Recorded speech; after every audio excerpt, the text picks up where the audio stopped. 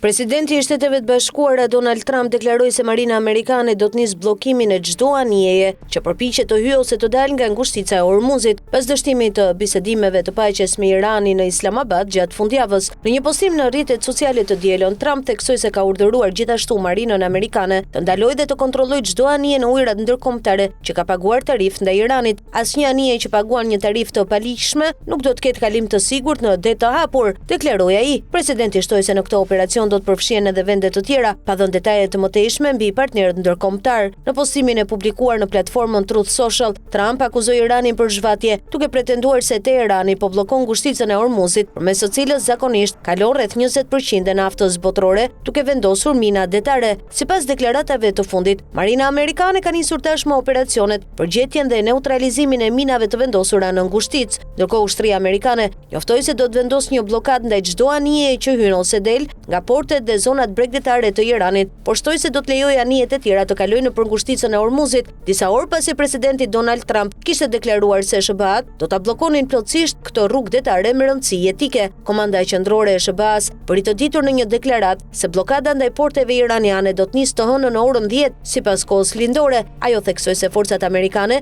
nuk do të pengojnë lirinë e lundrimit për anijet që kalojnë në ngushticën e Hormuzit drejt ose nga porte jo iraniane. Megjithëse deklarata theksonte se masa ishte në përputhje me shpalljen e presidentit, ajo dukej se zbuste qëndrimin e mëparshëm të Trump, i cili kishte premtuar të bllokonte çdo dhe të gjitha anijet që përpiqen të hyjnë ose të dalin nga ngushtica e Hormuzit. Në një intervistë për Fox News, ai kishte këmbgulur se do të ishte një bllokadë plot dhe se kalimi në këtë rrugë do të ishte gjithçka ose asgjë. Njoftimi i Trump e shtoi pasigurinë mbi armëpushimin tashmë të brisht midis Iranit dhe Shteteve të Bashkuara, pasi bisedimet maraton për paqe mes drejtuesve të lartë të dy vendeve në Pakistan përfunduan pa një marrëveshje konkrete. Një këshilltar i Mojtaba Khamenei, udhëheqësit suprem, paralajmëroi se Irani ka leva të mëdha të pashfrytzuara për të përgjigjur çdo bllokade detare. Negociatori kryesor iranian Mohammed Bagher Ghalibaf, njëkohësisht kryetari i parlamentit, ju drejtua konsumatorëve amerikan duke thënë së shpejti do t'ju marr malli për benzinën $4-5, që nga fillimi i luftës Irani ka kufizuar lëvizjen e anijeve në ngushticë, përmes së cilës zakonisht kalon rreth 20% e naftës botërore,